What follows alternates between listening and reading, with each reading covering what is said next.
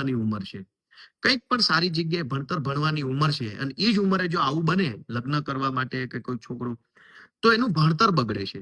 જો ભણે, સારી નોકરી મળે, કંઈક સરકારી નોકરી મળે, પ્રાઇવેટ નોકરી મળે, કંઈક પોતાનો બિઝનેસ કરે, એવું ઘણા રસ્તા ખુલ્લા હોય.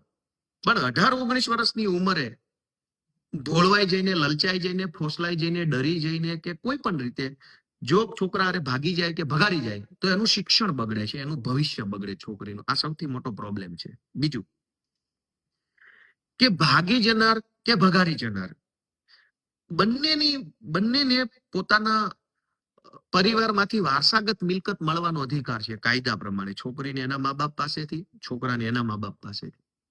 પણ ક્ષણિક આવેશમાં આવીને, લાગણીમાં આવીને, ભોળવાઈ જઈને, છેતરાઈ જઈને છોકરાએ કે છોકરીએ આમને સામને લગ્ન કરી લીધા, પછી મિલકતનો પ્રશ્ન ખૂબ ગૂંચવણ ભર્યો ઉભો થઈ જાય છે. ઘણી વખત છોકરીને આંખો બનાવીને છોકરીના મમ્મી પપ્પાની મિલકત પડાવી લેવા માટે થઈને કેટલા બધા કોર્ટ કેસો, કોર્ટ કચેરી, કાગળને કરવા પડે છે. એક તો પોતાની છોકરી ગુમાવવી પડે, ઉપરથી પાછા મિલકત ઉપર પણ દાવો કરવામાં આવે છે. આ તકલીફ પણ ખૂબ પડે છે. તો સમાજ આગળ વધી ગયો છે, કાયદો પાછળ રહી ગયો છે. તો કાયદામાં આની કંઈક સ્પષ્ટતા હોવી જોઈએ. ઘણી વખત એવું થાય કે છોકરાની મિલકત પણ પડાવી લેવામાં આવે. એવું બને ઘણી વખત કે છોકરીના પરિવાર દ્વારા છોકરીને મિસયુઝ કરી અને છોકરાના પરિવારની મિલકત ઉપર નજર નાખવામાં આવે, એવું બને.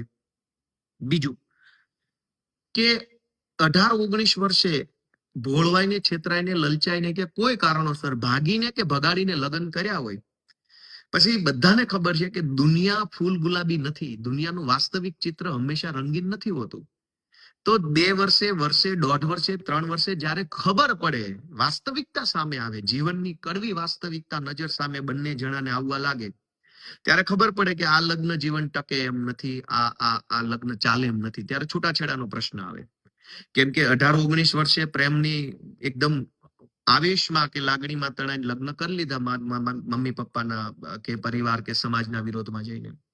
પણ જ્યારે વાસ્તવિકતા સામે આવે છે, ત્યારે છૂટાછેડાની અંદર ઘણી વખત એવું થાય છે કે છોકરો આડો હાલે, છોકરો કોઓપરેટ ન કરે. છોકરીને તો ખબર પડી ગઈ કે ભૂલ થઈ ગઈ છે, ભાઈ આ નતું કરવાનું, મારાથી બહુ ખોટું થઈ ગયું, આ છોકરો બરાબર નથી.